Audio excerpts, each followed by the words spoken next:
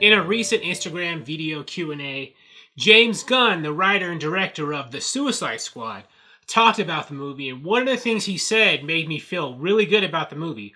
Although I've been pretty confident about James Gunn's Suicide Squad for a while, so it's not like I was worried. But this just, helped continue my positive feeling. He said that he was inspired. One of the things that inspired him, that got him into the Suicide Squad as a team, as a concept, not only was the old John Ostrander comics, but this old movie called The Dirty Dozen. And that's great because I've seen part of The Dirty Dozen and I've read about it. That's a good movie to take inspiration from for the Suicide Squad because it basically is very similar to the Suicide Squad. The Dirty Dozen was this movie, I think it came out, I don't know, like in the 60s or 50s or something. It was about all these like prisoners. They were like going to get like death or like really bad, sentences or, whatever.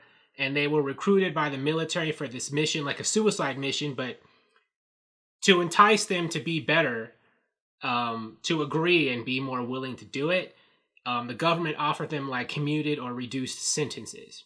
And in the process of doing this mission, like in World War II or something, a lot of them, I think most of them died.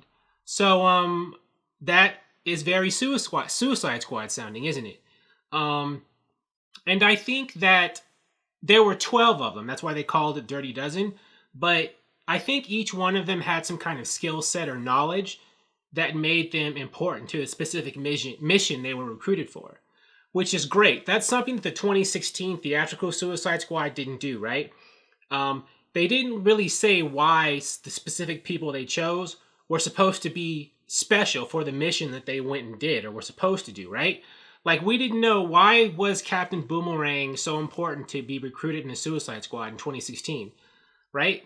Like, there should have been a part in the movie where only he could have done something because of his knowledge or proficiency with, a boomerang or special boomerangs. Same with Killer Croc. Maybe they needed someone who could only like go underwater the way he could because, he was part crocodile. Maybe they needed someone special with a sword. That's why Katana was there. That's one of the things that was missing from the 2016 Suicide Squad, to say why these specific people were recruited, what skills they had. Actually, Katana wasn't one of the bad people. She was one of the people I think supposed to chaperone them, but you get my point. And that if James Gunn, remembers that for his Suicide Squad, which comes out next year, to say why each one of the members of his Suicide Squad is important for whatever mission they're going on in that movie, that'll be good. It'll make us understand exactly why these people were chosen, right? They weren't just some any old random miscellaneous ragtag group of villains, but why does the government care about these specific supervillains? You see what I'm saying? We didn't really get that in 2016 Suicide Squad. What special skills did Harley Quinn have for whatever they were supposed to be doing in that movie? We were never told. The only thing we were told was like, because they were villains, the worst of the worst, they would just be able to just do special things that regular people couldn't do. Or they were supposed to be, because they had superpowers and were villains, were the types of people who would be good to like, fight superpowered threats in general or something like that. But I don't know, they just seemed like pretty like lame and nebulous the way it was presented in that movie.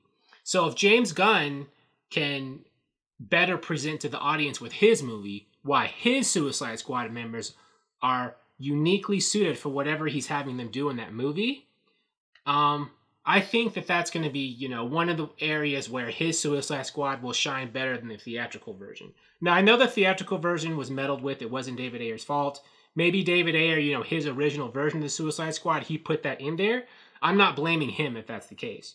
No matter who was at fault, I feel like that was a big area that was lacking in that movie. And if James Gunn corrects that problem with his Suicide Squad, that'll be a big step in the right direction. Thank you for watching. If you like this video, please like it on YouTube and subscribe to the channel because I appreciate your viewership, and I'll talk to you soon.